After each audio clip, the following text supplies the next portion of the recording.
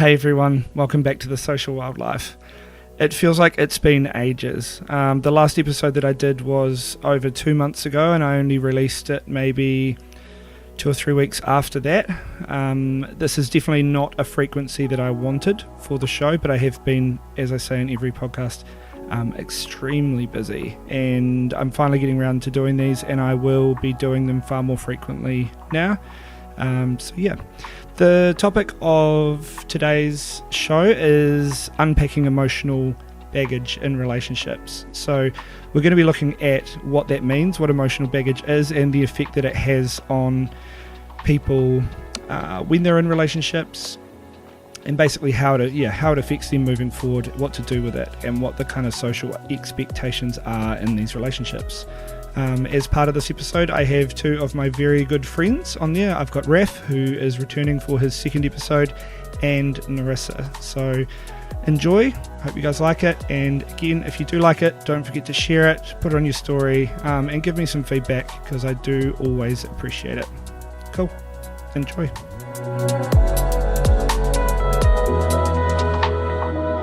Okay, so on this episode, I've got Raf, again, he's back. And we've got Nerissa. Hey, Nerissa. Hi. So normally at the start of these episodes, I'll ask the guest questions. I've already asked Raf these questions, so I'll ask you, Nerissa, these questions. So Nerissa, what do you do for work? So I run my own business. I'm a personal trainer, strength coach, mainly powerlifting, but I have clients from sort of different backgrounds. Cool. So. Sweet. Yeah. So. What's a common myth about your job? Common myth about our job. That we're not worth what we charge. Right. I would say. Is that PTs in general or just strength coaches? I think PTs in general. Yeah. Yeah. That we overcharge and that we're not worth it. People think it's overcharging. Wow. Yeah. Really? I didn't even know that. Mm.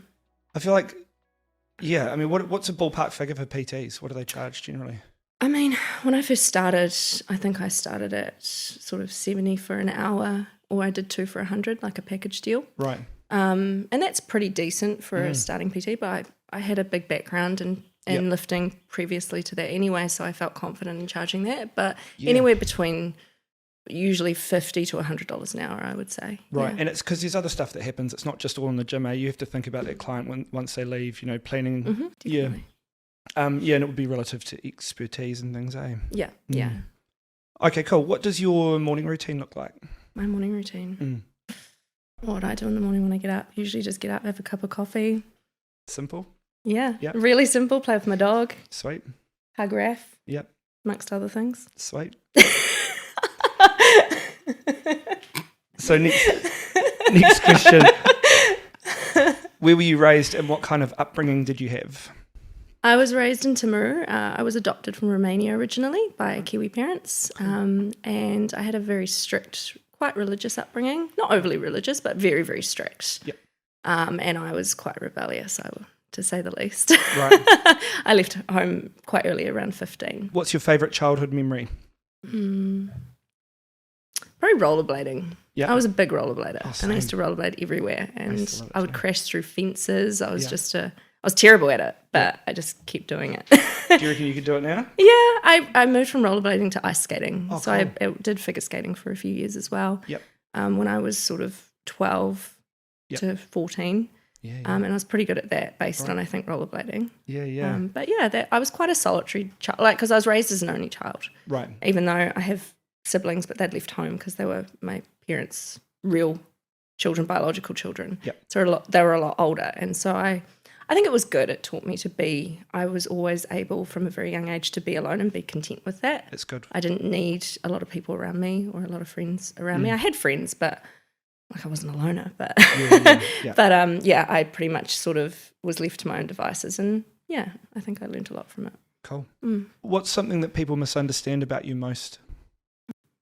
I think people are intimidated by me. And they don't realise how actually soft and caring and nurturing I actually am. I think maybe that's my physical strength, or I don't know if that's just like a face I have. I don't know, if it's just when I'm at work, but I think people think I'm scary or mean, or not mean, but just intimidating. And I'm definitely a lot warmer than perhaps what people first perceive me to be. Yep. I think you're very emotionally intelligent, and I like from when I first met you, I was like, you can tell that you're a real force to be reckoned with. If someone crossed you, oh yeah, you can tell you've got that energy. Yeah. And as a male, you can kind of, if you're I believe I'm reasonably emotionally intelligent. As a male, you can pick that up about women, and I think a lot of men would be intimidated by that. Definitely, Definitely, yeah. I'm lovely until I'm cross. Yeah. I think that's actually a really positive trait. Like, it's great. Yeah. So what's the biggest challenge you're facing in work or life right now, and how are you tackling it? I would say, due to the economy, work's tougher than it has been. Had clients move away and things. Like, it's still very much a full-time job, but it's just been a little bit challenging. The inquiry's not around anymore. People are struggling. So, of course, personal training isn't exactly a priority for people at the moment. Yeah, we're a bit of a luxury, eh?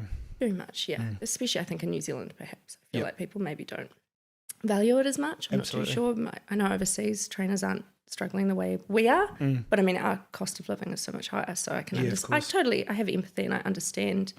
But it's just about writing that out. I guess I try and just remain positive because I'm coming into my third year now, and I'm still here, and that's something to be said, because a lot of trainers don't last that long. No. And I've had an amazing career so far, and it still is. And I just have to sort of ride that out, and I know it will get better in time. And also I try and be transparent with that. I know a lot of trainers lie and say, oh yeah, business is great. I'm not going to lie and bullshit. No. I don't think you need to. It's you're not a failure for admitting that, hey, times are tough. No, I think that real component is actually a real, it's something that is going to draw people in. It's like, she's real. She's completely, transparent and authentic. Yeah. Cool.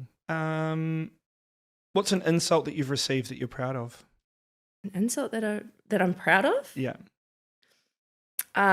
When I worked for a gym, I won't name it.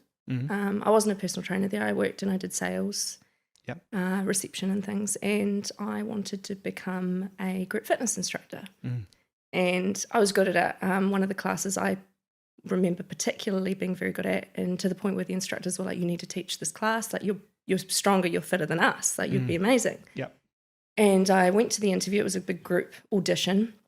Thought I did really well. Never got a call back. And of course I worked there, so I just sort of rang upstairs and said, hey, people are getting called, back, and they're either getting yay or nay. I haven't heard anything. And the person who, the head of group fitness at the time, called me upstairs and said, oh, come up, Nerissa, I'll have a chat to you. And she point blank said to me, oh, we think you're amazing, you're beautiful, but you're too big to teach group fitness. No girl wants legs like yours. No girl wants to look like you. And she said, come back when you've lost about 12 kilos. How long ago was that? Like, how many years ago? I was about 22. Right. So we're going back over 10 years now. You wouldn't get away with that now. No. Oh, but I think the industry at the time, like, I was quite unusual in the way that women didn't really, I guess, dwell in the weights area as much as they do now. Like, women now want to be strong. Like, it's about strength, not. That's right. And nothing wrong with being skinny. I'm not here to skinny bash. Like, if you're naturally petite, that's you, and that's your best version of you. Like, but it's about just being the best version of you at the end of the day, and it's not about trying to shrink yourself. No. And I was, I was getting into the weights area, and like I said, it wasn't, I guess, the norm. Most girls just did classes, or they stayed on the cross trainers, and it was about being as small as possible. Yeah. And so it was a whole different world back then. That would have been the tail end of that vibe, eh? I feel like nowadays what's pushed on social media is be the best version of you. Oh, 100%. And especially in the fitness industry, you've got girls of all shapes and sizes. I know, that are it's amazing. And they've all got their own niches that are all looking up to them so heavily. Whereas it was almost like a very narrow-minded approach back then, eh? Yeah, and I remember saying to her, I said, look, I've got quite a lot of muscle. Like, I'm strong. And she goes, I don't care. It's what it looks like on stage. Yeah.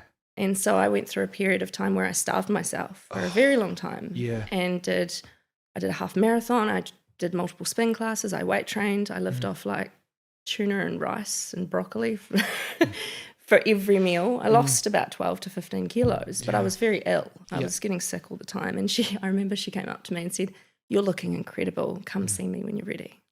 And I didn't. I never went and saw her.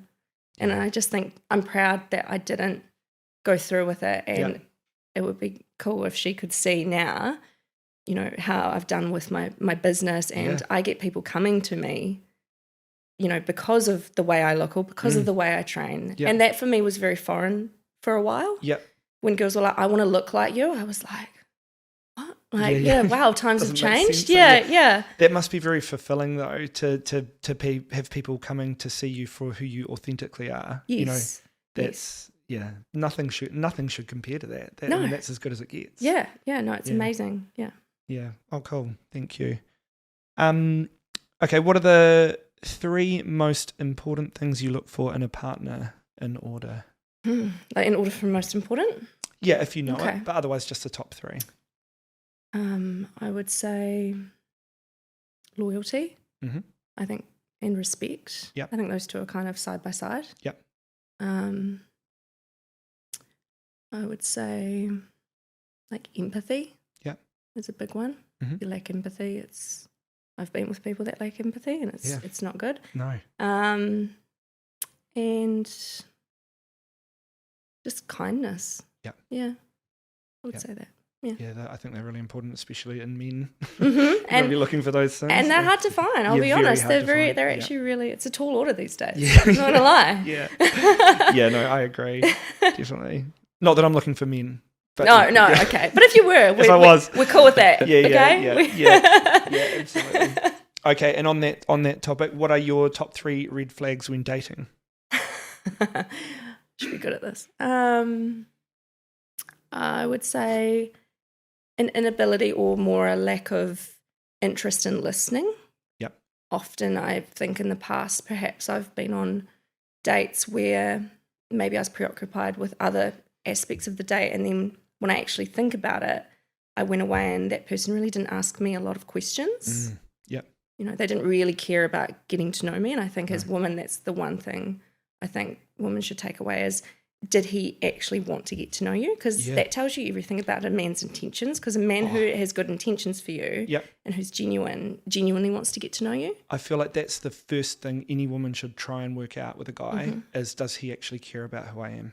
Because if you don't feel that that's the case early on, you can pretty much guarantee he's just sexually motivated. 100%. And a man who's just sexually motivated, really, you can just tell. They glaze over. They don't. They don't ask you questions. No. They don't really care. There's no follow-ups to anything. No. It's questions for the sake of questions. 100%. Kind of thing. Yeah, I agree. I would say past experience has shown me, present experience has shown me that it's not always the case. But sometimes coming on, like being really sure really quickly, or coming on really strong and very loving very quickly can be love bombing. And I've experienced that. And so it's not always the case. No. But it can be. It's something that's always raised a alarm bell since.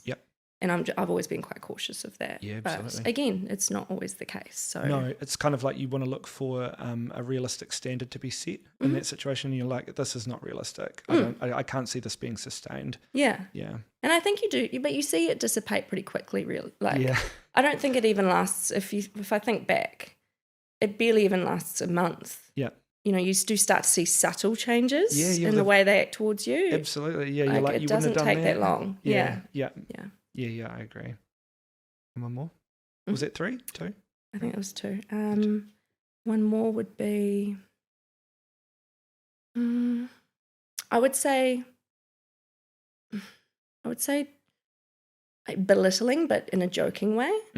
Oh yeah, that absolutely. That's snowballs, and I know from experience, I don't get hurt easily. I would say I'm quite, I'm a trooper. I can laugh at myself, and I perhaps have overlooked things that were actually demeaning. Absolutely, yeah. And let them get taken too far for too long. Yeah, you can normalise it, eh? Yeah, you do, because it starts off subtle, and then it gets worse and worse and worse. So, yeah, I would say just, watching out to see, do they make fun of your things that you were genuinely vulnerable about? Yeah. Because then they'll gaslighting, then that turns into that, I was just joking, or and it's almost just a form of control, isn't it? At that point, it's leading that way anyway. Yeah. That would be mine. Cool. Thank you for that. Okay. Okay, so the topic of this episode is unpacking emotional baggage. So we're just going to talk about emotional baggage in relationships. The first question I've got for both of you is, and I'll start with you, Raf. How would you define emotional baggage in the context of relationships, and what does it mean to you? Probably describe it as taking, I don't know, feelings, emotions, memories from a past relationship onto the new one, and it affecting your current relationship. Yeah. And usually in a negative way. Yeah. Yeah, that's how I'd pretty much describe it. Yeah, cool. What about you, Nerissa? What is it to you? You summed it up perfectly, really. Same thing? Yeah, just, letting your past negative experiences, affect your new partner and you judging them according to how you've been treated in the past. Yep. Yeah. Yep.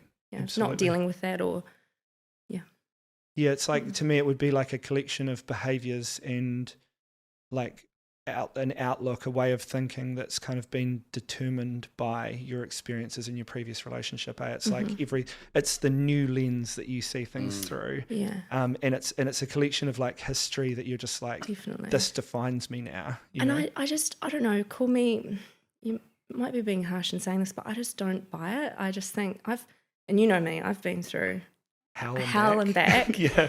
And I'm a good partner. Like I still trust wholeheartedly. Yep. I treat every new person I come across like a new person. Yep. I may have learnt things along the way, of course, and I'm a bit more cautious and, I have learnt from those mistakes. Yep. But I don't use it as a reason to treat someone poorly or to give less. Yep. Yep. Yeah, you've been able to retain your self-worth through the things that have happened. I guess for anyone who's got really low self-worth, they may have started a relationship with low self-worth and it's made it worse, whatever they've gone through, and they've come out of it with even lower self-worth. And I guess that's when it starts to affect how they treat the new person, because they're so terrified of having that self-worth eaten into again, Yeah, you're exceptionally resilient. Like knowing what you've been through and things, like how balanced your approach is to new situations and things, I think is just like very admirable. I don't think there's many people out there who are capable. I'd say you're honestly in the top 1% of people that are capable of seeing the world that way. Honestly, I do. I agree. I think the damage that we do in relationships and the damage that happens to us just compounds with each new relationship. But by the time you're fourth or fifth in line, you're subject to four people's, the effects four people have had on 100%. You so far, and it's like that's terrible, and it's you're continuing the cycle and just making things progressively worse unless you face it, and it's like you're almost facing it every time and being like, no, I'm not going to repeat this, I'm not going to continue this. Well, I've been on the other side of that, and it sucks where you get you get treated poorly based on the fact that they got treated poorly. And I'm like, hang on a minute. That's right. It's not an excuse. No, I think that's an important lesson to learn too, is to be on the other side of it and be treated and going, this isn't fair. I'm not your ex. I didn't do these things. And I'm grateful for it. I tell Raph all the time, hey, he gets really upset. It drives me crazy. Because we've been so honest with our pasts, and he gets like visibly upset that I could have been treated that way, and I kind of just reassure him. I'm like, you know what, the person you love, that's kind of shaped me to be that person, and now I'm so grateful for everything he is. Every little thing, hey, I'm just like, thank you, and you're like, what? I didn't do anything. I'm like, no, you did. I noticed just he's everything that every other person hasn't been in the best possible way. Yeah, I know Raph really well, and I know that in the things that you've lacked in the past, he just has them like tenfold. I know. Extremely protective, very balanced in the way that he would treat you and things. Yeah. So I think like I'm grateful. Very self-aware. Yeah. I wouldn't change it for the world. No, good. Yeah. It makes you who you are. 100%. Yeah. Cool. So in your experience, and we'll continue with you, Nerissa, in your experience, how does emotional baggage manifest in a relationship? I think it typically comes out quite quickly, especially if a relationship's fast moving. It can manifest in lack of trust. Just triggers, just certain things that trigger each other, to do with past trauma. We've talked about that with, if we trigger each other, we'll tell each other. Yeah, that's great communication. Yeah. I've been triggered a couple, minorly, and it's totally on me, and I've shared that with him. And, not in like a, hey, like this upset me. It was like, hey, this happened to me today. I got I felt really tense and, you know, it's my issue and I know you're not like that and you're not that person, but just letting you know. And he was amazing. He was like, thank you so much for sharing that with me. And so I can manifest as just little triggers along the way, but I think it's how we deal with them. Absolutely. Yeah. Yeah. And I don't think baggage doesn't mean that you can't get into another relationship soon. It's just the type of person you are and how you deal with that throughout the relationship. Yeah, that's right. Yeah. I don't think there's any thing like you're ready or not ready to be in a relationship. No, and I guess if you're with the right person, they'll understand it. Yeah, you can just deal with it with them. Yeah, kind that's of, right. in a way. Yeah. Yeah, for sure. Yeah. What about you, Ref? How does emotional baggage manifest in a relationship? Yeah, I feel the same way. More for me, from experience, it's more triggers. Yeah. But like if something has happened in the past and it happens again, I'm like, oh, it reminds me of that. Yeah. Or another time would be, I don't like unjust. I don't like when justice doesn't go as served. I don't like that. So when people get hurt that are good people and justice hasn't been served, that drives me crazy. Like I get angry, man. It drives me crazy. See it in your eyes. Yeah, right. So like, when I don't know, I always believe that karma's coming their way, but maybe I'm their karma. You know, that's one way I always thought about it. I like to believe on people's karma too. Yeah. I will fuck deliver karma. Exactly. I'm not waiting for the karma to find them. I will be their karma. You're like, I'm the receiver of this negative energy. I'm at the end of it. I'm the end of the cycle. Like, I'm going to fucking deliver it back to you. Yeah, 100%. exactly. I'm going to teach you a lesson. You're like the karma mailman. That's it. That's it, man. Return to sender. Yeah, that's it. But I also feel even when I would compliment Nerissa, and I didn't know this about me, but it was a big trigger. Anytime I would compliment her, and she'll go, "Oh, I'm not used to that," like, and would say why. It was all right the first time, and then the second time, and the third time, and then just each time just painted this picture of this horrible person that would just treat her terribly. And the more it happened, the more angrier I got. Oh, as in I would compliment her. You would compliment her, and you got to see how she responded to it. Yeah, and she's like, wow. Wow, I'm not used to that because we'd do this, or yeah, we'd do that. And I was just like, it took away from my compliment in a way. Like I was like, oh. Yeah, and I felt bad for that, to be fair. Yeah, and I didn't realize it. Like at first I was like, fuck this guy, whatever. He's an idiot. Yeah. And then I was like, man, this guy's really a piece of shit. And then I was just like, oh, fuck this guy up, man. You know, I'm gonna end this guy's life type thing. I was so mad that someone could be like that to someone so lovely and caring. It was something new to me. So I think, but I was able to communicate that. And again, it's all down to communication, how you communicate it. Yeah, and it takes time, eh? Like, she's got to take the time to see that you're genuine and that she get used to that. Yeah. Like, wow, and you've got to take the time to understand her trauma. 100%. And then you're like, oh, okay, this is where we are now. We can meet in the middle and go, oh, right. And you get to rewrite the rule book. That's it. Yeah. You know, and reprogram all that stuff. Mm-hmm. Yeah, I think you guys are like, how perfect that, you know, you guys have come, because I remember when you guys, Nerissa spoke to me and she was like, what do you think about this? You know, because obviously I'm good friends with both of you. Yeah. And I remember saying to Nerissa, I was like, oh, I'd just be so careful because both of you have come out of, you know, just come out of relationships and things. And at the timing, I'm just like, I was concerned that you might be going into something and potentially be each other's rebounds effectively. And I remember what you said to me and I was like, okay, no, that's fine. It's probably going to be fine. And then, realizing how perfect you guys are for each other in this moment, you know, being so self-aware and emotionally intelligent, you're able to like deconstruct each other. You know, it's so good. We didn't expect it, hey? Like, no. Came out of nowhere. Yeah. That's cool. I think it's really cool. Okay, can you share? Obviously, we've touched on this a little bit, and I'm assuming you can probably both contribute to the same story in this question. But can you share a personal story where emotional baggage played a significant role in your relationship dynamics?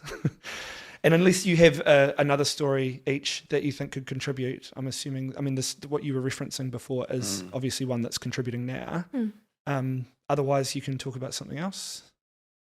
Even just something brief. I mean, I know that you both have relationship history. I mean, it would only just be that same that same story and her dealing with that said person. Yep. At her place of work and stuff like that. And that it's obviously we just covered that really. It's playing a role, but you guys are just problem solving it. As it goes. Yeah. Like it's still there. Like I have to work with that person, and it hasn't been easy. I've been and then also when I tell Raf, it makes him angry. So Yeah.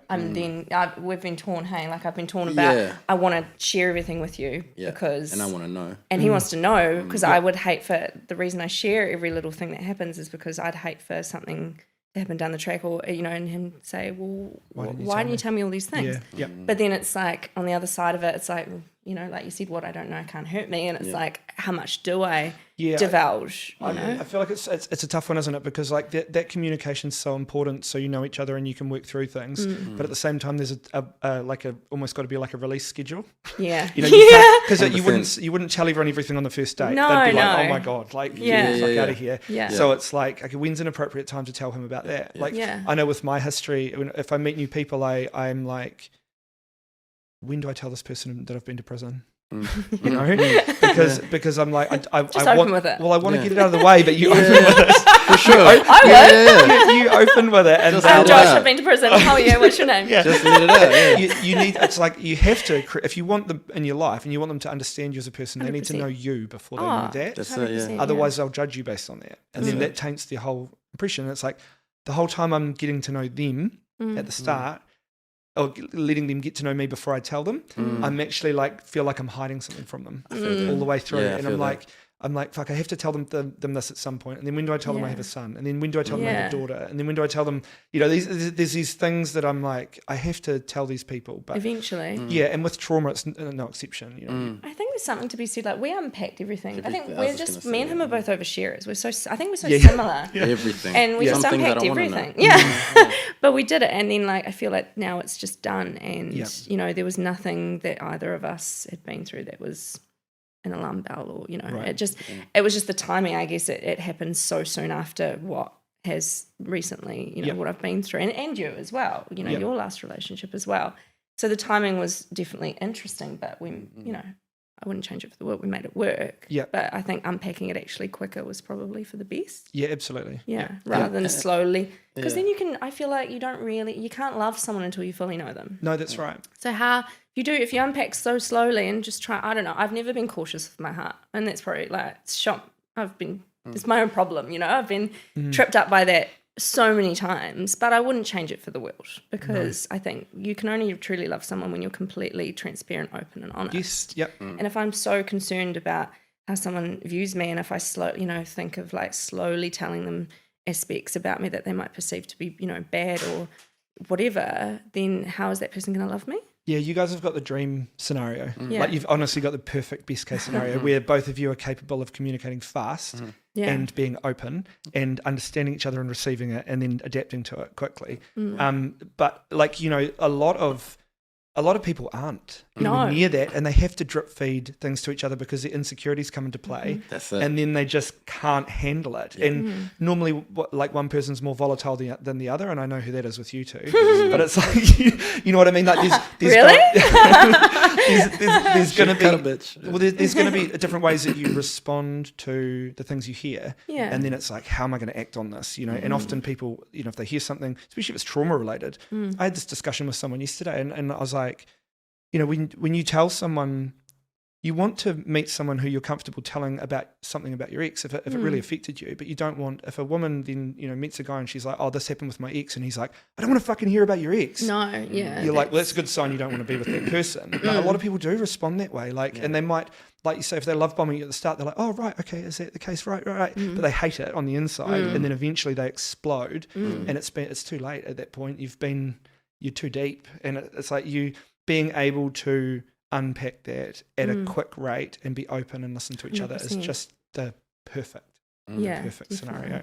Yeah. And I think sometimes, like, maybe I forget as well because of my past experience that when I've told past partners about, other, being mistreated by other, partners or whatever it is, because they haven't been the best of people, they haven't been the most genuine, they haven't had that reaction because they probably haven't really cared. No, yeah. So for me, I'm used to someone actually not caring that much. You're not used to that so at all. I'm not used to like sharing something and it affecting them that much. Yeah. I'm used to just not being cared about that much, point blank. So that was something to get used to for me.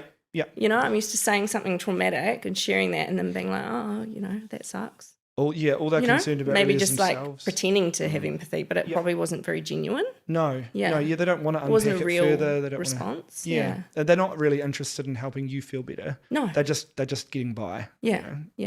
So Yeah. that's been something to Cool. take on. Do dogs count as baggage? Because I hate her dog. Oh yeah, he hates my dog. Oh, is the dog really? So the dog is a symbol of the Little ex. Pomeranian devil. No, it's not that. It's just I just hate dogs. I hate hates small dogs. That's annoying. He's very good with him. Honestly, he's very good with him, can think despite of- how he I feels. love him 10 to 20% of the time. Right. I'll take 10 to 20. Is it growing? Is it growing? Nah. Some days it goes down. Yeah. He is annoying at the best times, but I love him. I bought him when I was drunk on Trade Me. I wouldn't say it was a bad decision. It was a great decision. I love him. Wouldn't change it for the world. But, How old is he? he's 2.5. Oh, So you he's got still a puppy. many more years. But he's going to live till he's 18. They live until they're 18. Yeah. It's almost like So they say. support. So he's going to feed him some chocolate later, yeah. I am. I accidentally left the gate open.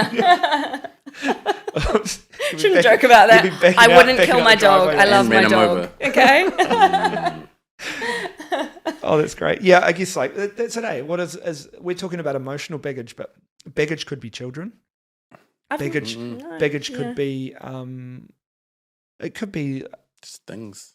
just anything you've picked up prior to the new relationship. And I guess it normally refers to something that they inherited from a previous relationship, When it's emotional, it's ways of thinking and that kind of thing. But like physical baggage could be pets, could be even it could be friends. Like, you might be part of a friend circle that is, you got deep in a friend circle with your ex and it's his friends too, and you're like, fuck, is that baggage? Like you're bringing that into your new relationship, but you're trying to introduce your new partner to your friends, but they're also his friends. He had no friends. Right, So it's fine. Perfect scenario. Yeah. That's the dream. Dream. What are some examples of baggage that you have had? Because I guess the baggage that we're talking about, we're referencing here is Nerissa's generally. What about you, Raf? What's some baggage that you've brought into not just this relationship, but previously? Have you got an example of some baggage that was significant? Yeah, probably just doing everything right and giving up time and money and putting in effort and just getting nothing in return and not understanding how. Like when literally they're telling me I've done everything right, but they're not ready or they're not in the right place. Right. And you're willing to like be patient and they're just like, nah. And it's just, that was hard. So you brought that to a new relationship? Yeah, I brought that into a relationship and then it was just, not appreciated. Right. And it was even when I didn't turn sour, when in the past maybe I would have, if things went 50-50, or like if I was putting in all the effort and I was getting none back, then I would change in a bad way. But I still kept being good. I was like, well, no, I'm not going to do what I used to do. And I was still good and it still didn't change. That was probably that was weird. That really messed with me a bit. Right. Yeah. So what you're saying is that way of behaving created baggage in you. Is what you're saying? So into new relationships, you were worried that was going to happen again? 100%. Right. Yeah. Yeah. Yeah. Yeah. But then, but then meeting Nerissa was just You put never everything. showed. It was. I've never been with someone where it's so easy to be vulnerable. In front of and just leave everything on the table. Yeah. And then even hear about her past and her story, and then be able to ask follow-up questions about everything and anything, even sexual stories. Like genuinely interested. Genuinely interested. In who you are and what you've been through.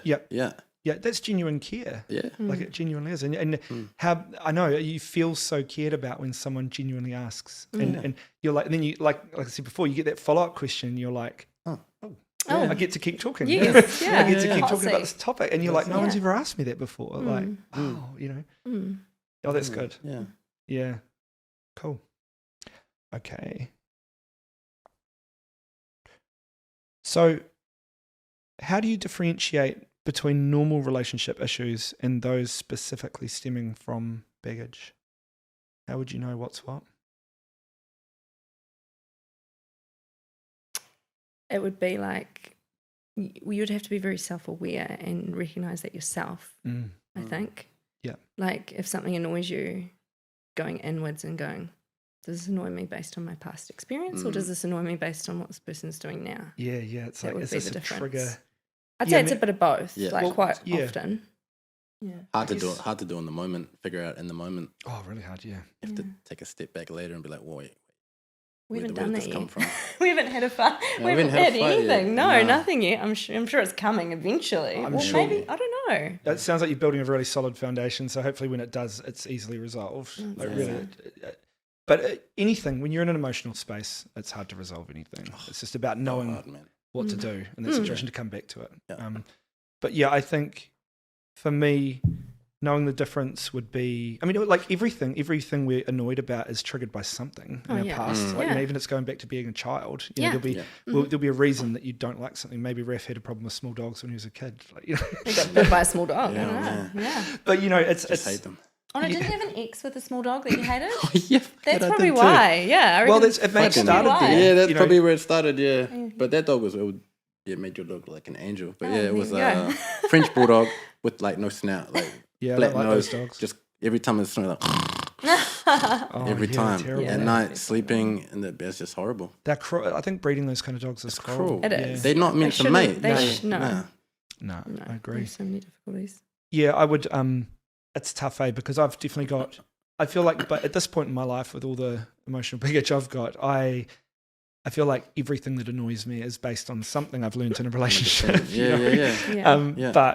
But yeah, it kind of becomes, after a certain amount of time, it becomes you. Your baggage is you. It's ingrained in there, and I guess it's just understanding: is this response rational, or is it reasonable for me to expect that?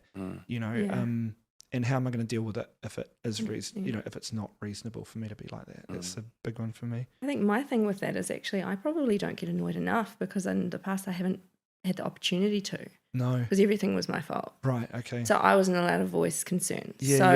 I don't actually think I get annoyed enough. Right. And I probably... You're hearing this reference coming. Yeah, like to be honest, like I kind of just...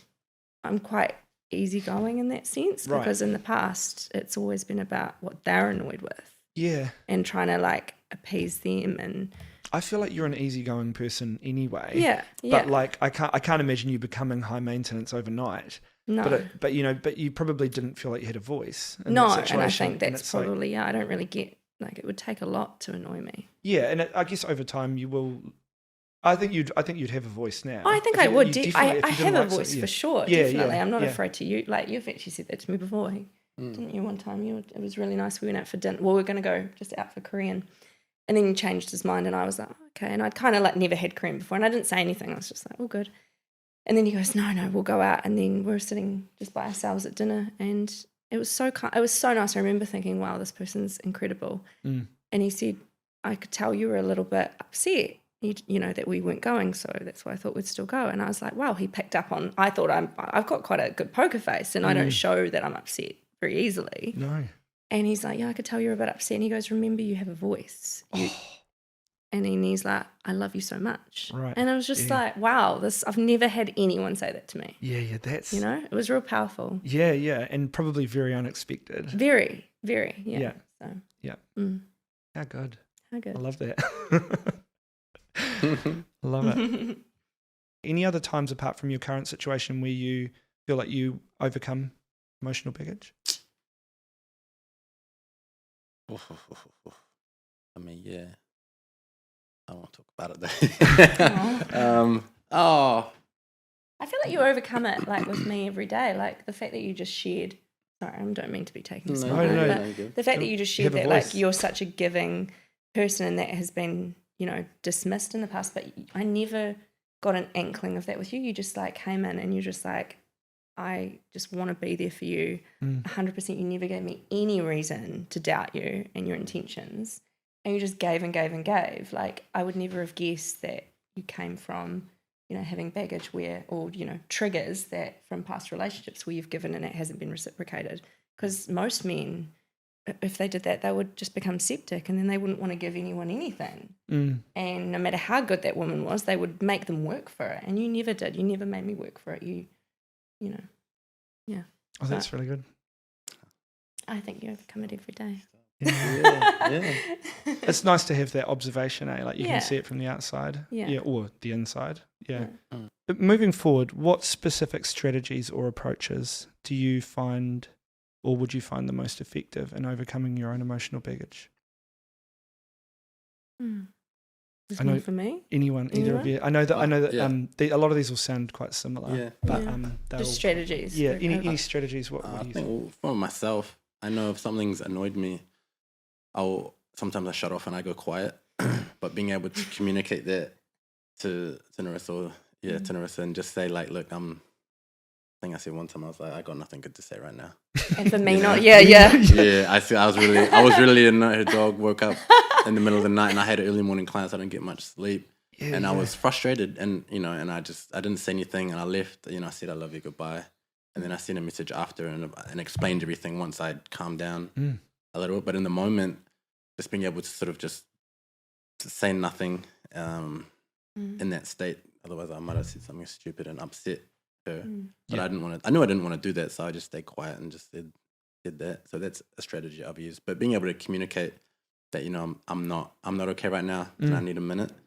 And I think that's really strong. Like I think it's a really good thing to say too. I've got nothing good to say right now. Yeah, Like was it's good. to the point, and I think if your partner doesn't probe at that point, then that's quite safe. Yeah, I left. I just left And into didn't, the room. Yeah. And for me, I think it's when when it's like that. For me, going inward and saying, it's not me. Like they're not always angry at you, and I'm always used to like that being like, oh, I've done something wrong. What have I done? How can I fix it?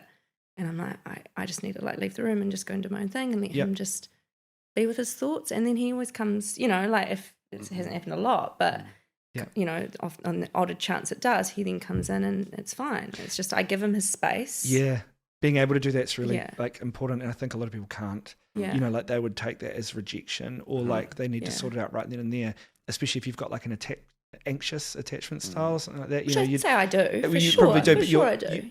But you'll be pushing towards a secure attachment. That's what you want, and I think you're able to go, okay, right. I in the interests of dealing with this in a healthy way, I'm just going to pull back. I'm going to let him come back to me on this.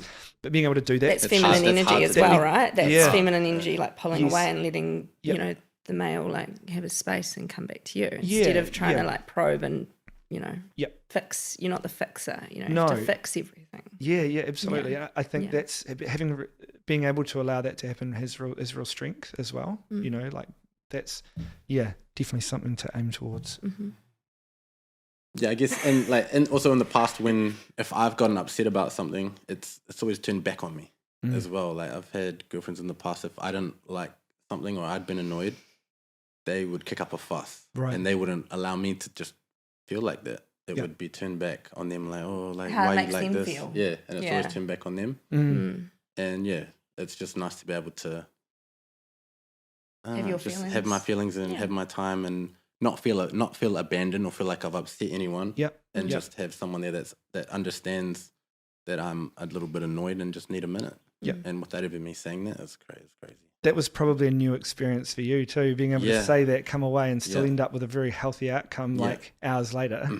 You're like, okay, well, you're like waiting for the fireworks to start. That's basically. it didn't happen, because that could have been, and I've been in relationships like that where there's damage control for a whole day after that. You're like, and it's this, but did you think about how that would affect me? And when you said this and that, and you're thinking, well, you are invalidating how I felt in that moment completely. Yeah, that's exactly it. 100%. Yeah, it's one thing at a time. If you two wake up and one of you is really annoyed, for the other, and a lot of people do this, the other person gets really annoyed as almost like a defense mechanism. Like I'm not gonna be the problem here. I'm not gonna be the one to blame for whatever he's feeling. And it's like actually he's allowed to feel that. Yeah. They just don't have a lot of girls haven't had the emotional maturity to be able to do that. Yeah, I've been in that. I think women situation. tend to get like coddled though. I think women, to be honest, are allowed to be bratty when it comes to their and juvenile with their emotional intelligence. They're allowed to be, or they have been allowed to be. They have been allowed to be. That I think society kind of almost, humorizes it and just kind of like condones it. Yeah, happy wife, happy life. Yeah, women are crazy. It's fine if she's not crazy and if she's not nitpicking at you about every little thing she doesn't like you. You've seen all those like reels and memes. Absolutely. And, it's funny and it probably holds some truth. But I think it allows for bad behaviour. It's stereotyping. Very much so. Very much. Yeah. And it's probably a harmful stereotype to be like, because women then go, oh, that's just what women do. Mm. Yeah. Oh, it's okay. I And can be it's crazy. okay. It's They fine. see a reel that validates their behavior, and they're like, I can be like this. It's almost just toxic femininity. It is. You know, I've never related to those. I'm always like, am I even a woman? Like, I'm yeah. like not crazy. Am I not crazy enough? I Like, know, and so my son's mother's the same. Yeah. She's like that. She's like, why don't I fit into these categories of these types of women? And she's not. She's not one of those people. Mm. Yeah. Yeah, I love those women. It's great. You mean? Yeah. Okay. Have there ever been any surprising or unexpected lessons that you learned during this process? Yeah, I think there was a time when my daughter was born, Mm. and I was, there were things that were meant to have happened, and I was promised that never happened. Mm. And in the moment, I was very angry, and I was lucky that I had a good friend there at the time. Yep. But just moving forward from that point, I was very surprised that I was able to just be calm and not do tit for tat or be angry Yep. or have a hate towards anyone, and just Yeah. to be able to be calm and let it be what it is. And now, Yep. Everything's okay. My daughter's healthy, and she knows who I am. Yep. And that's enough for me. Yep. And I never thought that would be enough. No. I thought I'd always be like, no, I'll just have a little bit of bitterness. Yep. But I never did. No, that's And, good. Yeah, I was And- very fortunate. Yeah, I know with a couple of your exes, actually, like they weren't always the rational, one in the situation, Nah, you man. dealt with You some know. very, very, some women who were not organised in their thinking, and generally not rational with you. Not So I know that logical must have at been really challenging. Mm. Yeah, man. But we got through it. Yeah, you did. So good, Yeah. No, I think you're doing really well. You were there through the whole time. Yeah. Apart from that year Yeah. when I wasn't. Yeah. So, if you had to sum it up, how has your approach to new relationships changed based on these lessons? I think for me, even though relationships have been shit, I've just realized, just keep being me, and don't change for anyone. Mhm. And one day you just find the right person that you That's click right. click with. Yep. Yeah. I didn't want to be fake in a relationship or hide anything. Mm. But just being able to put myself out there, be vulnerable. Yep. And give all that I have to give without expecting anything in return. Give without expecting. Mm. That's the biggest If I thing, can hey? do that Mm. and they can reciprocate that, then Yep. I've won. Yeah, absolutely. And that's a game over. Yep. Mm. I think that's why we work so well, because we both just give wholeheartedly without expectation. Mm. And turns out that, we both then get what each other are wanting. Like we Yeah. both fulfill each other's needs in every single sense. Yep. Because I've been with people that just give and then they want something in return. Yep. Every single thing that they give, it's like, well, what do you do for me? What are you going to do for me? Mm.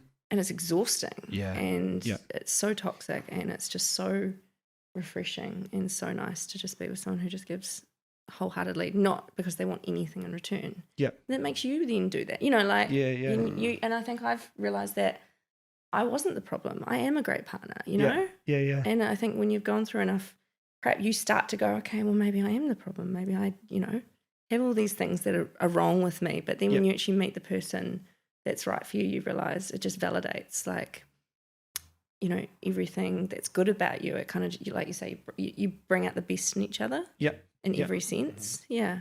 It sounds to me like you two are the end result of your vibe attracts your tribe. You know what I mean? Like, because you guys approach the relationship as yourselves completely, 100%, yeah. open-heartedly, and you're able to get to this point where it's like that. It's like, regardless of whether you two stay together or not, like the lessons that you've taught each other and the conclusions you've come to in the situation is probably significantly life-changing. You know what I mean? Like it's what I think everyone is almost simmering to the top of that. Like, we've all got these unhealthy behaviors and habits, and we will probably find the wrong people for so long until we actually resign all that to just, okay, no, I'm just going to be me. Yeah.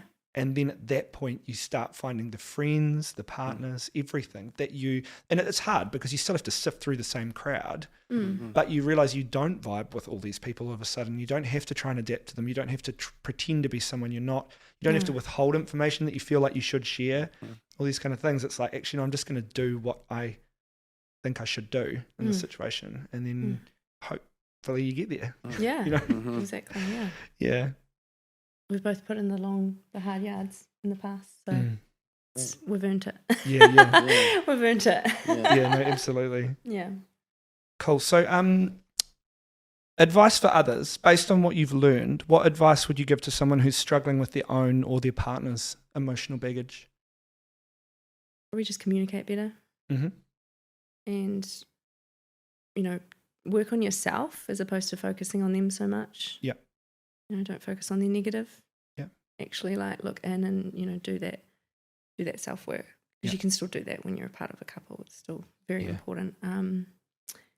But ultimately, I think some people just probably don't have that emotional maturity yet. No. And there's just a lot of bad matches out there. Yeah. There's a lot of couples that think they're a good match, but I don't know. I think some are just incredibly mismatched. Very they say opposites attract, but I don't believe they last. No, I think same as I've always been with opposites.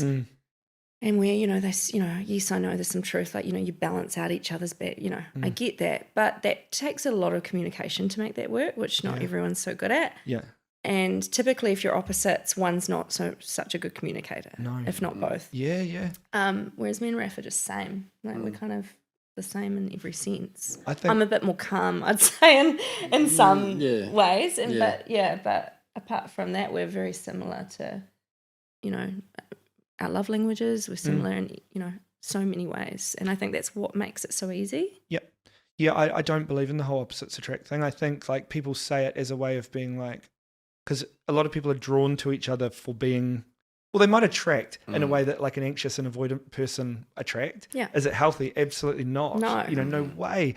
But it's if two similar people are together, it's generally easy, and they're always going to have different things they bring to the table. One might be more creative, while the other one's more logical. But realistically, you still need the same fundamental things. You need to be we still have the same family values. We still have the same values around communication. We still want the same thing for our kids.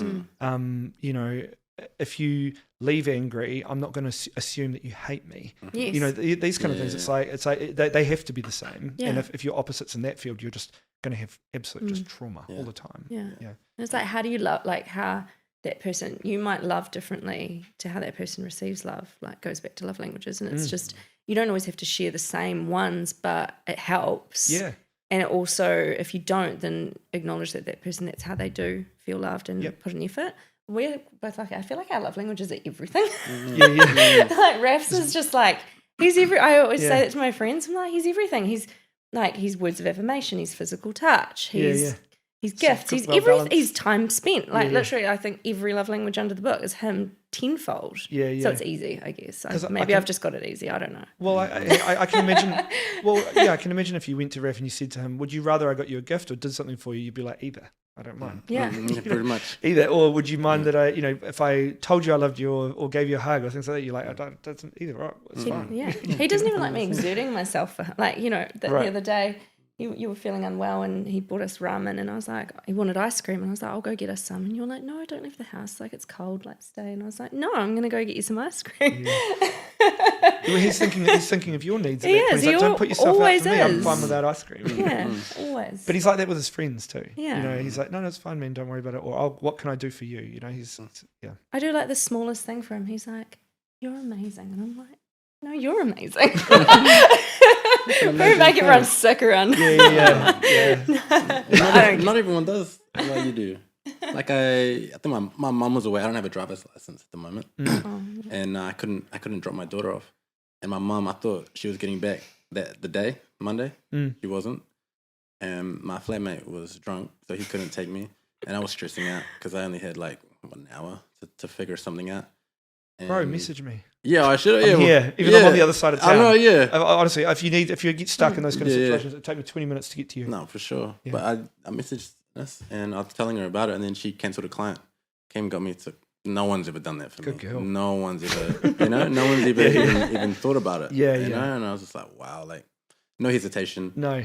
Just boom. And she knows it's a one-off. It's it's a favor. It's not like you're doing that every second day. I wasn't. She's I wasn't mad. sort your shit out. But you were waiting, and I could tell on the way home he was are you okay? Like he was waiting for me to get angry, which is probably a Mm-hmm. past trauma response. And I was like, no, I'm fine. Like, I'm not angry at all. Yeah. Yeah. But I think you were just waiting for the backlash of it.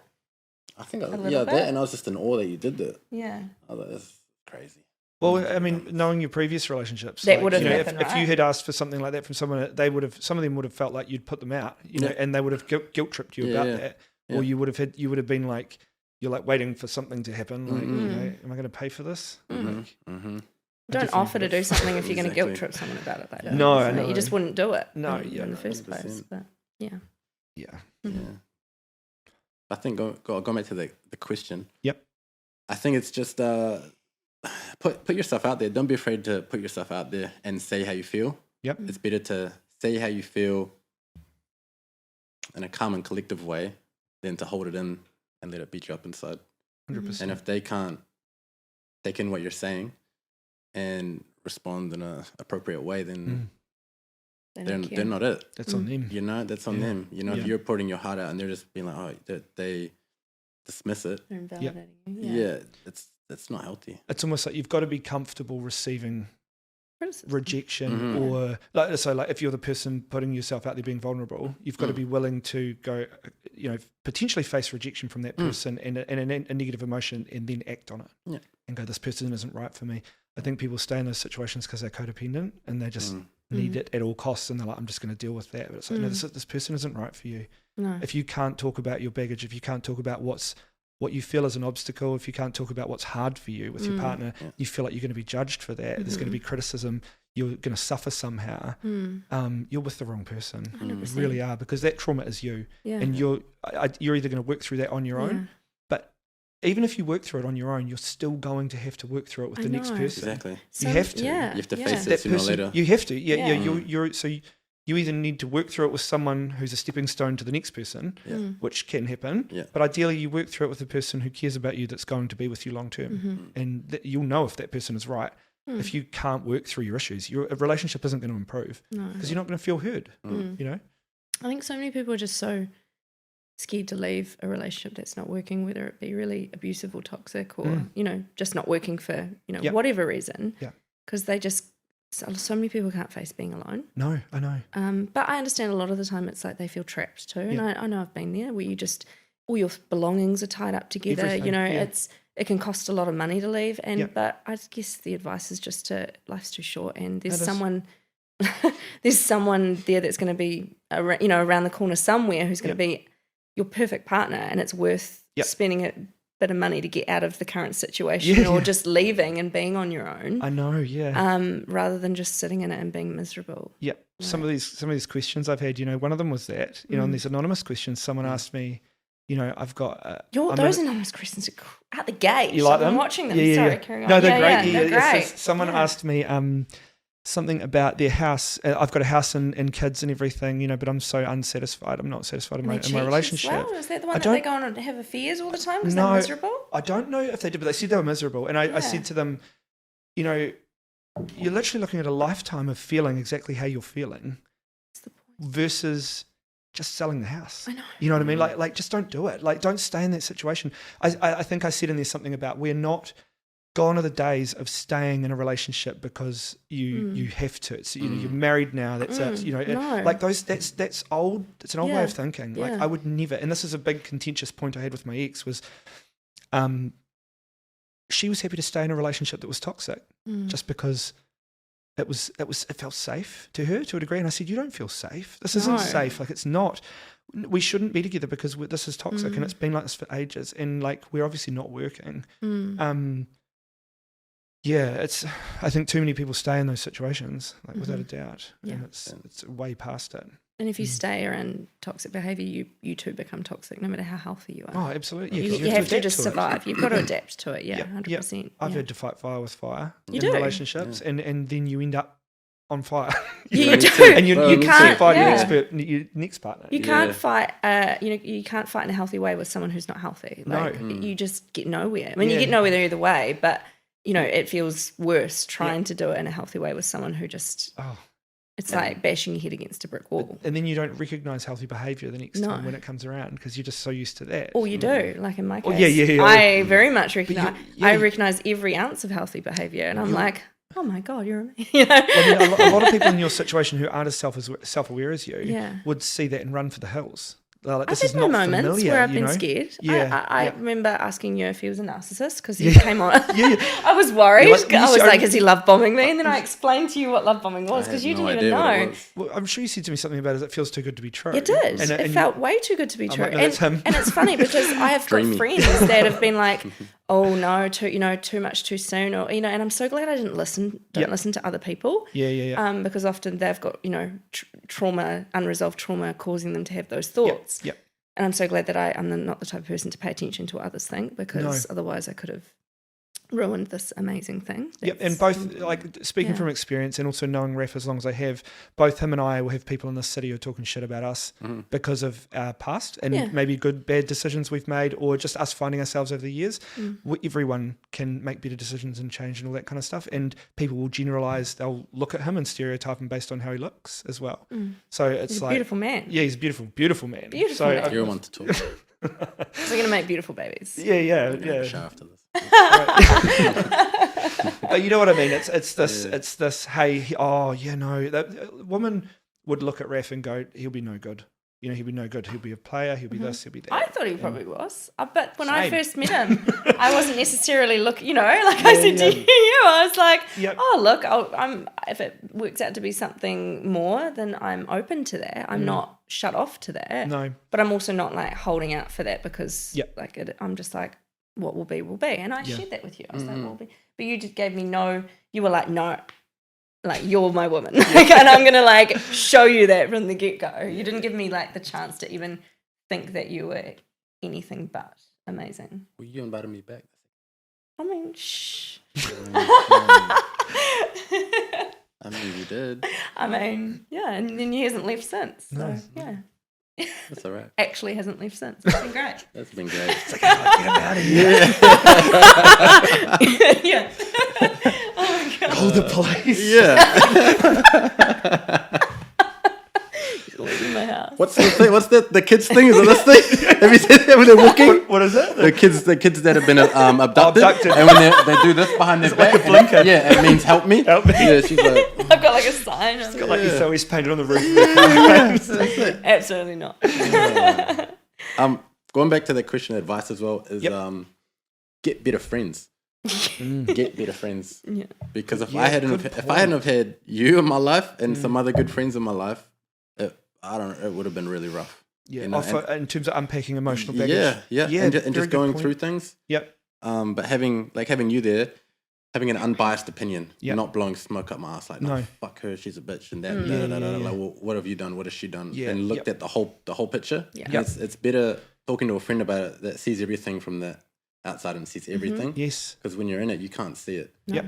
So you're so, I don't know, you're like love drunk. Yep. Yeah. Right. And they're sober looking at the situation and they know what's right. Yep. So listen to your good friends. Don't just gas them up. That is a fucking good point. Yeah. Because I honestly, when the stuff I've been going through even recently, after talking to you was so refreshing. Only because I know that you and I think very similar in these kind of things. We got big hearts and people often misunderstand us. Too big. And and like, I know that, I talk to a lot of my mates and I've got very close friends that are at the center of my onion, you know what I mean? And in a circle, that are all very diverse. They're all very different people. And I don't even know if they'd all get on. Maybe that's a good thing. Like, just keep them separate. Yeah. I don't believe in big groups hanging out together all the time necessarily. But some of them, I love them to bits, but I may not necessarily be able to talk to them all about the same things. Like, some of them I can, but I know where the lines are. Like, I know that I probably won't get the support I need from that person about that. Yes. But Raf is one of those people. You're one of those people who,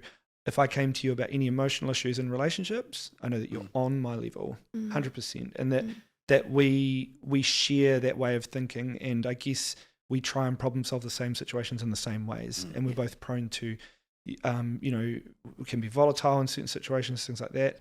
So, but I know that, if you were to talk to me and you would come to me and say, hey, bro, I'm going through this, and I reflect things back to you, it makes sense to you, and vice versa as well. So, I think it's a really good point. I think the people you surround yourself with, and I'm also grateful, and I know, again, we share this in common, to have my mum to talk to about these things. And this is, I think, a credit to why we are the way we are, is that we've been raised by a very strong woman, Yes. and that we have a very strong, positive female influence in our life. I got my grandparents as well. I talked to my nana and my grandpa about these kind of things, and there's no holds barred when it comes to that stuff. So the friendships you have around you, the wider relationships, they're going to contribute heavily to you unpacking emotional baggage from your intimate 100%. relationships. Yeah. I think a lot of friends as well. I think I speak, for everyone, a lot of the time it's, they say, I guess, how am I going to word this? They say, the friends, when you're having a rough time, pay attention to who's around you. But I actually think it's the opposite. It's often when you're having a good time. Yeah. That's when you sometimes see who your real friends are, because sometimes people don't like seeing other people, especially their friends, happy. It's weird. Yeah, it's that tall poppy syndrome in New Zealand. Yeah, like I've sometimes experienced, I've had more people around me when I've been miserable and broken.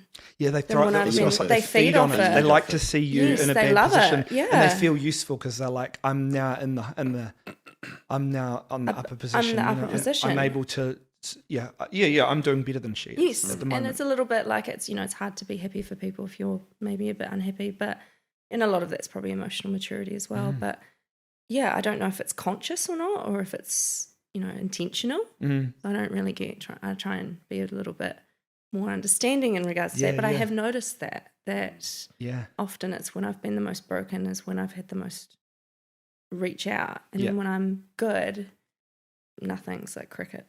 Yeah, it's almost like the good. Yeah, it's not. Sometimes it may not offer them anything.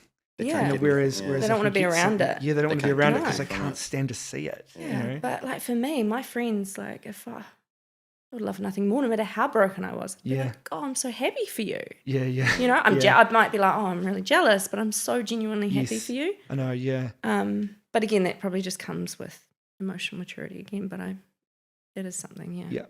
Pay attention who's there in the good times, not just the bad times. Absolutely. I've had to catch myself out sometimes when I'm seeing, a friend who's succeeding in an area of life that I'd love to be succeeding in. And I'm like, sometimes I hesitate to hit that like button. Yeah. And I'm I think like, it's no.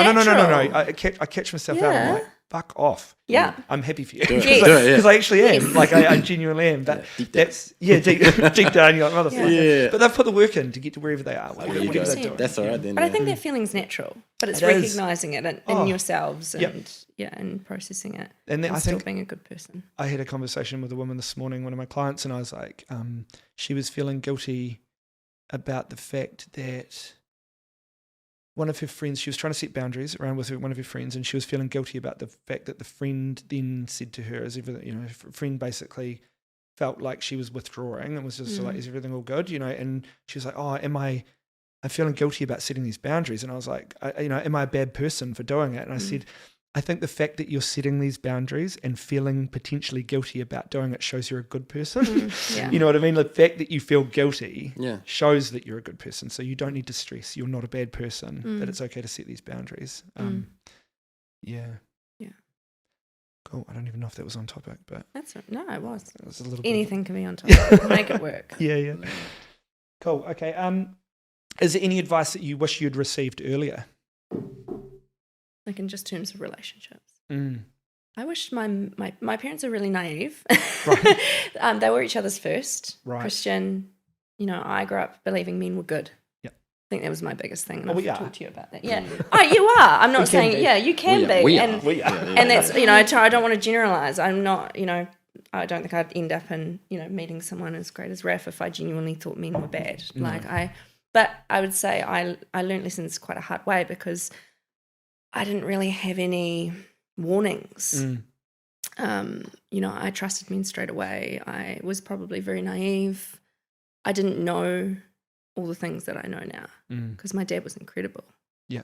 He loved my mum. He loves my mum so much, and Yep. he's supported her whole life and just given her the most incredible life. And So you've had a really I've healthy had a relationship very modeled to you. healthy model, and Yep.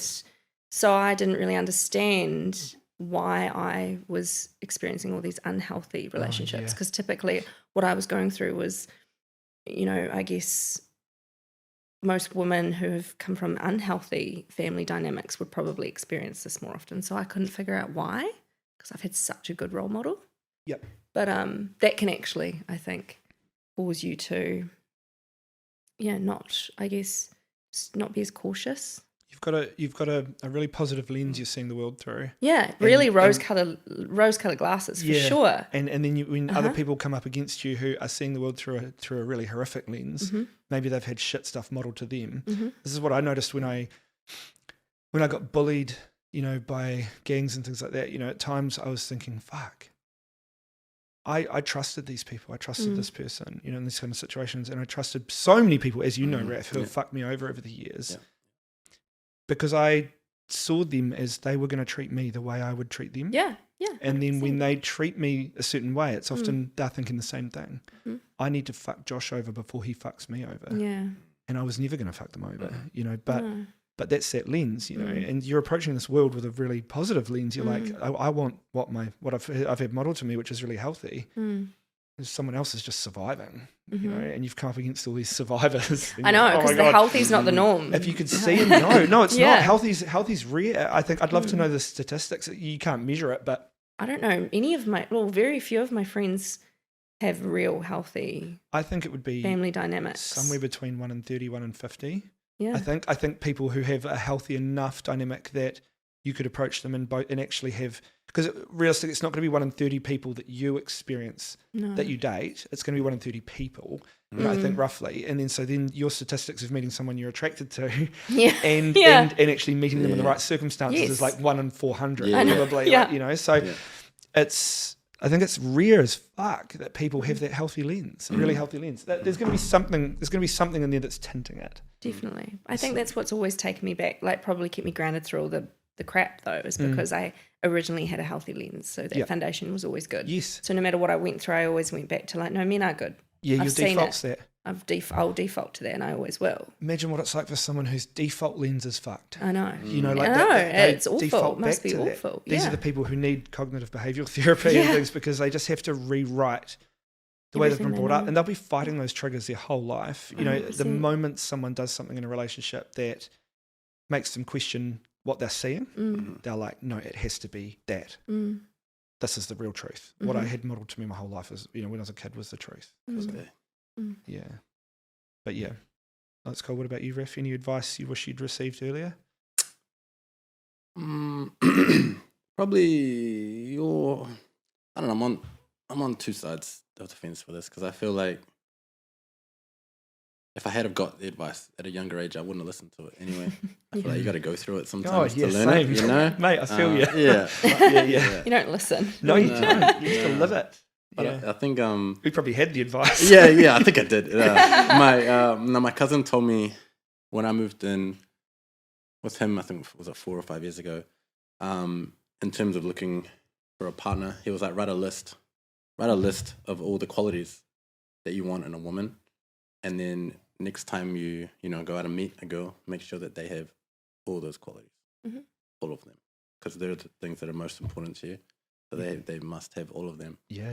And I think a lot of the times you'll look past that if they're into something you like, or they're attractive, or none they smell nice, or something like that. Like some little thing. You're like, oh, it's all right. They've got this. It's okay. They don't need that. They need to have the total package. I didn't even have a list. I didn't until recently. Am I attracted to this person? Yeah. And if I am, I'll adapt. Yeah. That was it. Like, I'll just get to know them and see how it goes. Yeah. And I'm just made, because I'm very, very adaptable. I just made it work. You just adapt to whoever you want. Just adapted to whoever. I adapted to people who were so far past what I should be with. Yeah. Like, and it changes who you are. Oh, it does, yeah. And you spend, I wouldn't change anything, but you just spend years going and you're basically going down a dead end road, and you get to the end of it and you're like, fuck, that's a long way to walk back. Yeah. God, yeah. But you can't regret. You can't regret. No, and you don't walk back. You just have to find your way through the bush, and then you're back out on another road. It's just the way it is. But I think it's really valid advice. I wish I'd been making lists sooner. Really. And organising them in terms of priority too. There's some 100%. Stuff that's absolute non-negotiable, and then you've got to. I said to someone that basically she's got to make a list of the non-negotiable stuff, and then potentially know what the negotiable stuff is. You know, I am willing to adapt on those things, but I'm not willing to adapt on family values. I'm not willing to adapt on communication. I'm not willing to adapt on trustworthiness. You know? Yeah, I created a list, which you keep asking to see, but I haven't shown you yet. But that's actually how I left my last relationship. I wrote down all the things that I wanted in a man. There was about 28 things from most important. And none of those were looks, by the way. Like nothing was shallow. It was all values and, you know, interests or, you know, things that were important, like life goals, whatever it was. Yep. And I looked at that and thought, what does my current situation have out of those? And they had 0. And I was like, what the fuck am I doing? Sometimes you need that's the power of writing it down. What am I doing? Why am I here? And then I left. And then when I met Raph, he literally embodied every one of those values, and it just happens to be that he's beautiful and to look at on top of that, which is just a bonus. Absolutely. I like it's just an added bonus. When I asked you about your traits that you looked for, and earlier on, they were qualities. They weren't they were almost like traits. They weren't physical traits. They weren't like, it's not about being good looking. I mean, you have to. It's a huge part of a relationship, that physical attractiveness, for sure. No one's going to like deny that. It's like three wishes of the genie. You wouldn't waste that on your traits. No, obviously they have to be. They have to be. Yeah. But I think, at the end of the day, it's the traits that make the relationship. Definitely, because you get old, everyone gets old, everyone loses their looks. Yes, you can't just a relationship based on. I think a lot of relationships are based on lust, and then they, in a few months' time, wake up and go, oh, I don't really like this person. We just had some good sex for a few months, and now I'm bored. I think a really common pattern in society would be getting into a relationship based on lust, becoming codependent, staying together for way too long, getting divorced in your middle aged, and then being so lost you don't know yourself, and then starting to look for new love and getting on dating sites and feeling like the world's fucking ending. Feel like you're past your prime. Or getting together based on lust, staying in it, toxic as fuck, you know, and then cheating and everything else. It's like you trace it back. The problem is getting together based on lust. Really, if you, and I've said this in other videos and things, but like, my theory is to meet people as friends. Yeah, as a male, that's a really powerful place to be. You're like, I want to meet someone as a friend, and then I'll work out whether we get on, and then if there's chemistry, it develops, and that's probably how it should always go. 100%. I mean, I pegged him on our first date. So. I heard. Ear pegged. Oh, right. I think that's why he fell in love. We're going to so cut fast. this one out. Are we though? When he told me, I was like, do I take this seriously? I don't really know how to react to this. I just wanted to see how you'd react. I did it on a futon in front of his friend. Yeah. I can also be submissive. He can. He was good. I haven't seen it. You will never see it. I don't think I'll. His eyes lit up. He was like, ooh.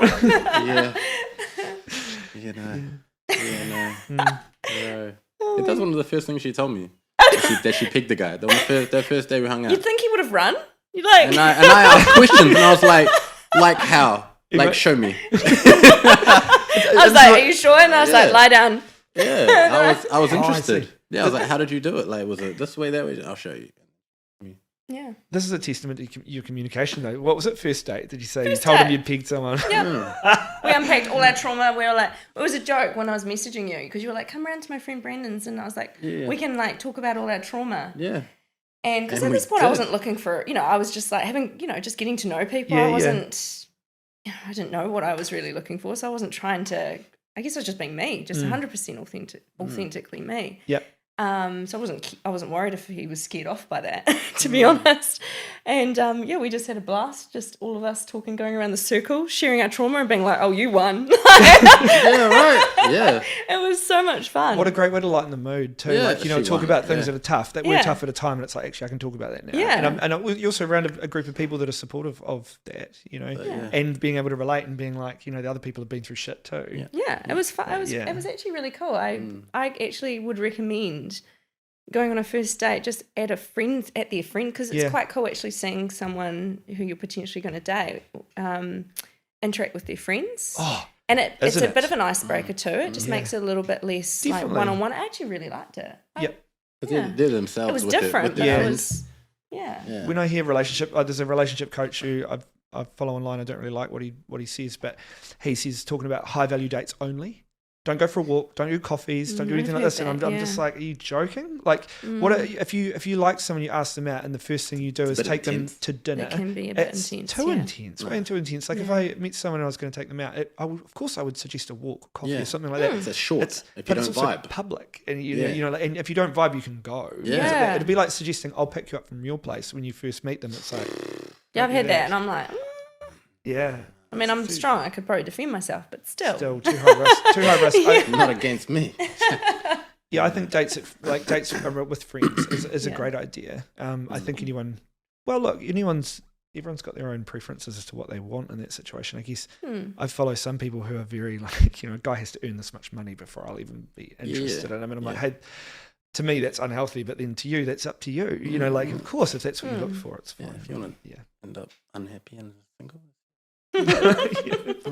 Well, imagine I would just hate to be that guy. Personally. Yeah. Imagine that. Sorry, you don't earn enough, or yes, you do earn enough, and then it's like, oh my god, my relationship hinges on what I earn. Yeah. For a lot of men, though, actually, that's what they get off on. It's a thing. I know. Yeah, like it goes both ways. Yeah, but money's one of those things that you are not. It's an external thing. My It's not dad until you was- can't control it. No, Like, my dad was very much a provider Yeah. and took such pride in that. yeah. My mum wasn't to work. Right. And look, I'm not saying that's But a bad like, thing. I but just it mean- wasn't. Yeah, like I think she Different could have time. worked, and it was a different time. But she was to be the housewife and Yeah. to raise the children and things. But imagine if your mum's expectations was, I'm only with you because you're earning that. that would be different. You know, yeah. and then if he's Yeah.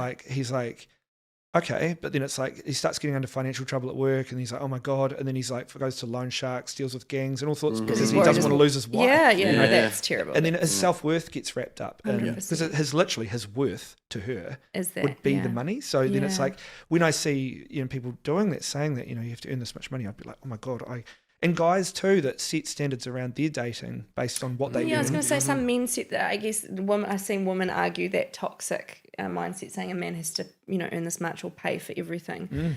And they go, well, men can determine, like, you can't get above a certain dress size, or you have to be below a certain weight, or look at all the rules surrounding what we have to be. And it's tit for tat. It's toxic. All of that's in the toxic category. It is. It really is tit for tat. Yeah. Yeah. Yeah, it's those again comes into that toxic masculinity, femininity stuff. 100%. Yeah. If you've really got to look at what am I looking for here? Is this trait who they are as a person, or is this trait something they can do or provide, or things like that? It's hard with weight though and things like that. That's really personal. If you say to someone, oh, when I hear guys say that, I only date girls that are under size 8 or something like that, or size 6, so they're going to be under this weight, or I guess it's the same thing for girls though. They can say, I don't really date guys who are this tall. Yeah. Yeah. Height preference is a thing, which You can have a preference, but you don't have to voice it and be negative. It could just be a quiet preference. Yeah, but you could be open to obviously. Well, you've got preferences that are subject to change, and you got preferences that can't change. So, like if I say I'm only going to date girls that are under a certain height, they're not likely to grow. No. You know what I mean? Whereas if the girl's like, I date a guy who has this much money, we can lose that, and then he loses his partner. So it's like, it's just shallow values, right? They're not values at all. They're just shallow traits. Yeah, and you'd ask yourself why. Yeah, I'd be like, why do you want come from? Yeah, why do you want to date a guy that's tall? Oh, I feel safe with him. Okay, well, fair enough. You don't want to be with someone you're not attracted to. But then it's like, why do you want to date a guy who has money? Well, he can provide Security, for me. yeah. Security and things. Okay, well, yeah, that's Yeah, it is fair enough for some girls. That's what's some really truth important to to them. it. Yeah. But I guess that's it. If I become a tetraplegic and I'm shitting into a bag, I'm probably going to lose my partner. You know what I mean? And unless I've chosen someone who is amazing. I mean that. I mean, honestly, Raph, if that happens, I'd still be there. Would you? 100%. Raph, if that happens, can you put me down? 100%. I will, man. You will? I will. Just don't enjoy it. Yeah. I would not. I'll get a pillow, but tear down my eye. It'll be like a scene from a movie. Yeah. But please put me down. Yeah, I got you, bro. Yeah. You witnessed that. Or if you get, Okay, or if you get dementia, I'll put you down too. I'll hide the body because I'm okay with he it. might get done. You're okay with that? Forgetting everyone? Yeah. Just remind me who I am. That every might day be and we'll funny. right. Yeah. No, actually, I each shouldn't day will joke be about someone dementia. different. Yeah. No, you shouldn't. You're cut actually that out. No. Okay. So, around communication, we're coming to the end of this. Around communication, do you have any examples of bad communication around baggage? So, what would be a way to deal with it that's not good? No communication. No, assuming. Based Making on past, assumptions? based on past experiences. Just presuming that they are like what you've experienced. Yeah, that's it. We've kind of covered a lot of that. Done that one too. I think just making someone feel unsafe and unheard. Yeah, that's right. Do you believe there's a common misunderstanding about emotional baggage in relationships that society needs to address?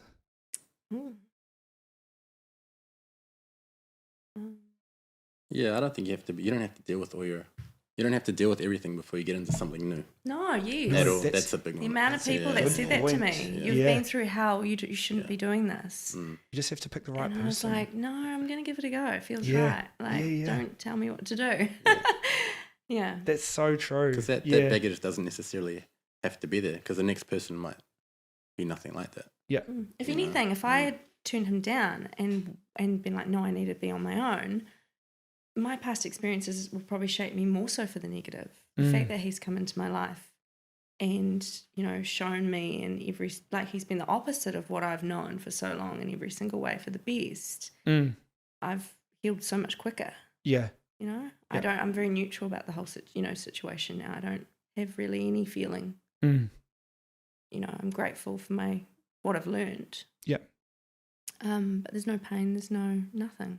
Oh, that's really good. Yeah. Really neutral. Which is, I didn't feel that many, just a few months ago. It's crazy. I'm like, this is only, how long have we been together now for? Like, even a few, 6 weeks? Has it been like 6 weeks or something? Something like that. It feels like, it feels in the best way, it feels like a lifetime. It's really bizarre. Yeah. Yeah. Isn't it interesting what you said about, having the right people around you, like friends? It's the same with a relationship. You get into the right relationship and you can fast track your healing. Yeah. You know what I mean? You can, and of course you want to make sure you don't fuck it up because if you're the one with the baggage, it's on you not to fuck it up. Not to fuck it up in terms of like your overreactions or you pulling away, things like that. If you find someone who is supportive, it's about just relaxing into it and assuming the best. And I think you've got to assume the best, which is 100%. tough, real tough. I don't know. I think I've always been confident in my ability to not fuck it up. I mean, I've never actually. I mean, this might make me sound arrogant, but I've never fucked a relationship. I've never. It's never you. It's never. No, it's I'm not never me. No, but like realistically, the things that have happened to me are so like quite extreme that there's. I know that I haven't been the problem, and now meeting Raph, I definitely know that I haven't been the problem. Otherwise, I'm sure this wouldn't have unfolded the way it has. No. But I'm very confident in my ability to like relax into it and not ruin it. Yeah. Yeah. Like I think my only issue was me worrying that I'm going to get hurt and choose the wrong person again. It's more like, is this person who that, I have moments, like I would be lying if I didn't say I still have, I'd like brief moments sometimes where I more so, nothing that he's done, but I worry that, oh my gosh, what if this gets taken away from me and what if this does a complete 360 in a few months? Yeah. I don't know how I would handle that, and it's more that fear, and like that'll go away more in time. Yeah, and I guess as you retain your high levels of self-worth, you'll be fine anyway. I know I'll be fine anyway. But obviously when you find something new and comfortable and safe and exciting all at the same time, you're like, I don't want to lose this. No, definitely. Yeah, no, I understand that. Yeah. Cool. And just as a final question on this topic, how can we all better manage or understand our emotional baggage? Reflect. Think on what you've been through. Hire a life coach. Hi, life coach. Hi, Josh. Hi, me. He's great. I'll help you. Like reflect, like, be honest with yourself about whether it's you that's contributed to it at times, because no one's perfect. Yep. I'm sure I've had moments in my relationships where I haven't been perfect. Yep, we all have. And all I have to say, I'm rambling now. Yep. Yeah. I think just find good friends to talk to about it, or professional help. Yep. Or like someone that you would admire to be like, or have their life, or their relationship that they have. Yeah. Yes, don't take advice from people who you don't want their relationship, or if they're not where you want to be, don't let them dictate your relationship, because that's, to me, the definition of crazy. I love this saying, you wouldn't take financial advice from a homeless person. 100%, yeah. But so many people in like not so great relationship settings, or whether they be no relationship, or whatever it is, they love to chime in and give you advice. They're often the ones who've been, they're going through shit themselves. Yeah, and they wish they were doing it better, but they're not doing it Well, right. yes and no. I mean, I've taken advice from friends. Yeah.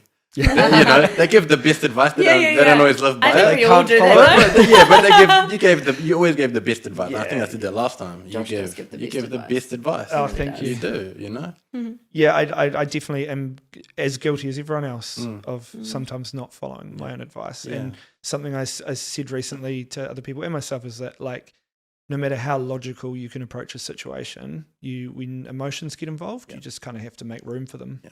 That's it. And it's just about not getting too lost when that happens.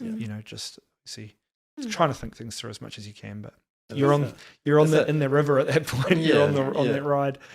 Just be vulnerable. Yeah. And share everything, and just and hear what the other person's saying. Yeah. And don't take offense, It's not about you. Yeah, really listen. And that's it. If it does become about you and they start making it personal, then maybe they're not the right person for you. But, I think, what's that? Seek to understand rather than to be understood is a big thing. So if you can try and understand why someone is how they are before your needs, try and do that more. Yeah, that's a really good point. Cool. Okay, so just some final questions for you, Nerissa. Yeah. As you're the new guest on this. It's bullshit. He's out. I'm out. He feels neglected. He's had his chance. I'm going to make noises upstairs. Aww. So if someone wants to contact you for advice or book in with you, Nerissa, how are they best to do that? Oh, you mean for PT? For work? Yeah. Yep. Yeah. Just Instagram, probably the easiest. Yep. Or I think my cell phone number's on the City Fitness app at Okay. Millhouse. Yep, I'll put your Email's Instagram terrible. I handle. never look at my emails. So don't Okay. Whatever you do. But Instagram, yeah. Okay, I'll chuck your Instagram handle in the bio so they can find you. Amazing. And Ref as well, you're a PT, and I'll chuck your For sure. Instagram handle in there as well. You guys Yeah. have obviously different niches. Yeah, it's great. We kind of bounce off each other. He's Yep. really interested in learning about like compounds and powerlifting, and I pick his brain about bodybuilding and Just another nutrition. reason you guys are great together. Yeah. yeah. Yeah. It's also our OnlyFans. Coming soon. We do a couples Watch this OnlyFans? space. Yeah. Let's hear about it. Let's hear it. Yeah. Put it in my send me a message if you think these guys should do an OnlyFans. Yeah, what do you want to see? It's a bit of content. Yeah, I need specifics. Yeah. Ref getting big to fuck you, Josh. The whole crowd, eh? Yeah. Everyone's asking. Yeah. To see that. Hey, there's money in it, mate. There's money in it. Shit. We could be millionaires overnight. One movie. Yes. 1 5-minute clip.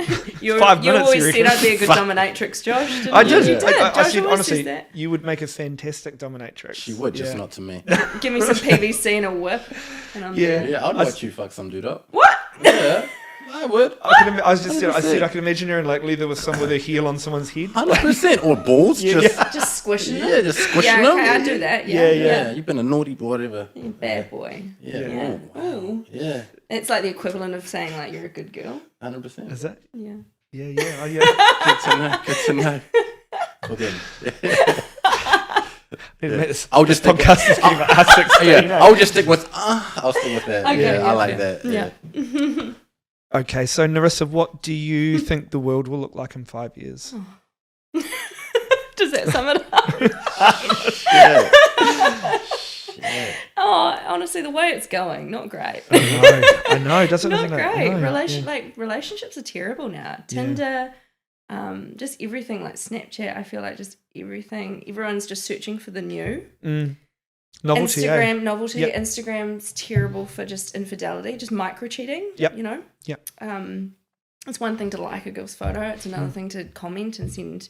I've had to. I know since getting in a relationship with Raph, I've had to block a lot of, men just kind of commenting inappropriate things. Yeah. And I just have said, like, at point blank, I just said, hey, I'm in a relationship now. It's really serious, and I'd appreciate if that would stop. Like that. I was like, this is no longer appropriate. Yep. And yeah, just things like that often I think probably other people just condone and kind of go along with. Maybe they like the attention. Yep.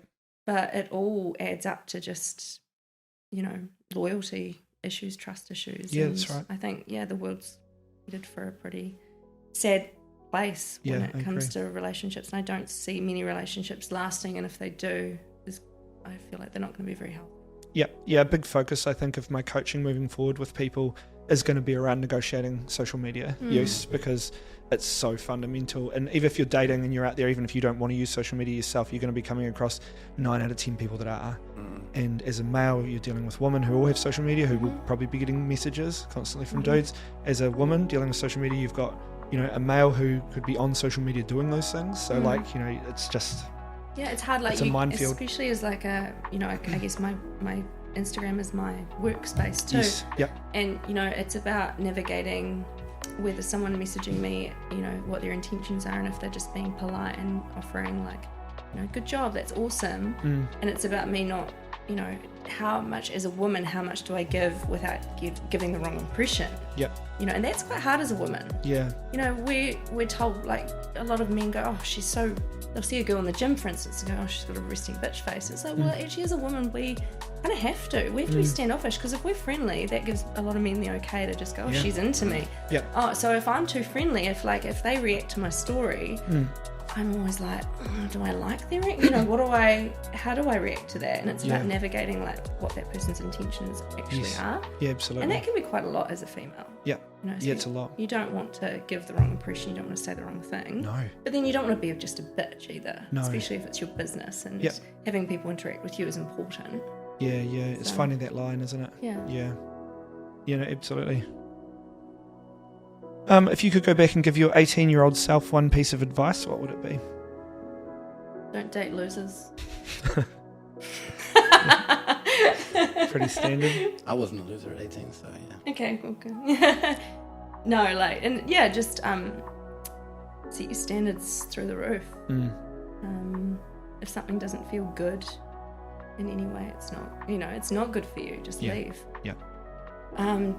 People aren't always what they seem at the start. Yeah. Just don't take shit, really. Cool. If you could be remembered for one thing, what would it be? I think my strength, both mentally and physically.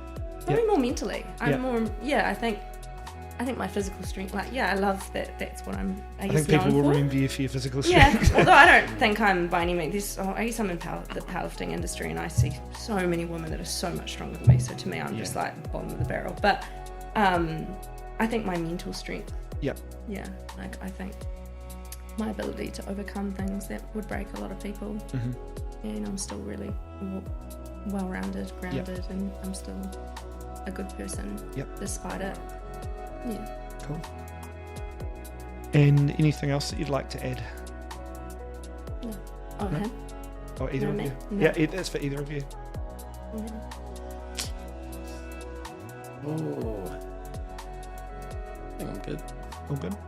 Cool. Thanks, guys, for coming on. Thank you for having us. It's been great. Yeah, it's been good. Always a pleasure. Thanks, man. Thanks.